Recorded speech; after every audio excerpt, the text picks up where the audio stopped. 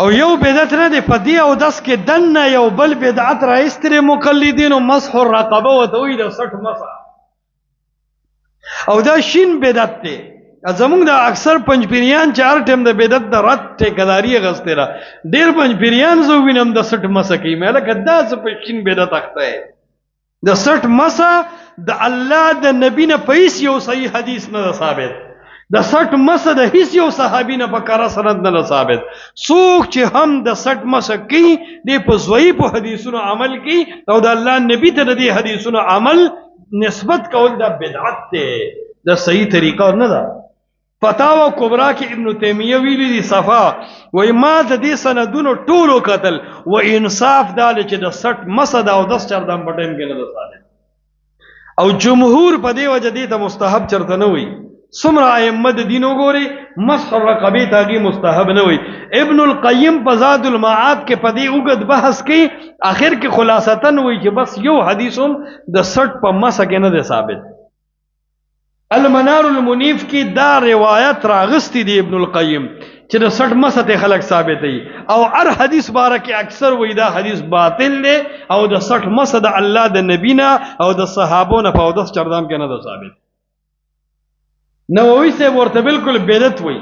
یو روایت دا بدعتیان پیش کی اکثر په جمعهتون هم لیکلي وای من توضع ومسح عنقه لم يغل بالاعناق يوم القيامه وی د سټ دا مسح جو کې کنه د قیامت په ورځ به باچا ګرځي باچا دا هډر خګار د رسټ په مسح ته باچا کېږي دا څومره روایتونه چې یا پکې ابوبکر المفید دی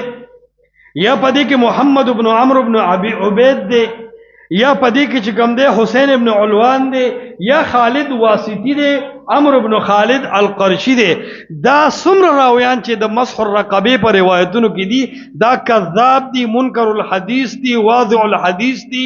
متهم بالکذب دي د دې احادیث د امت مسلمه د محدثینو په نسبت معتبر نه دي او مونږ په هر روایت پسې نزو مونږ به حدیث علمنو چې په کار سند د محمد رسول الله علیه السلام نه حدیث ثابت شي او کچرته کې نه نو قران ویلي دي فاذ لم ياتوا بالشهداء فاولئك عند الله هم الكاذبون چې په کار سند یو سړی خبرونه کې دا دروغجن دي قرآن و ان جاءکم فاسق بنبأ فتبینوا د فاسق په خبره کې به سوچ او فکر کې فوراً به خبره نه مانی نو دا د الله د نبی خبره دی کذاب خلقو کړی دا به علم منل کېدا چې دا د صحیح راویانو نم نقل وا ځکه زمونږ د دین د پاره دا ضروری ده چې کم زمونږ دین وي هغه په صحیح سند خامخا موجودي په صحیح سند چې یو روایت یا یو مسله ثابت نه ده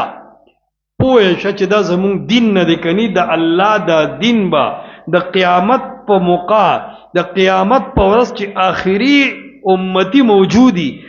دته به هم یو صفا دین موجودي د قران حدیث په شکل دا عذر نشي پیش کول ځکه خدای الله نبی اخیری نبی دی چې دین به محفوظ او تمام دنیا کې به موجودي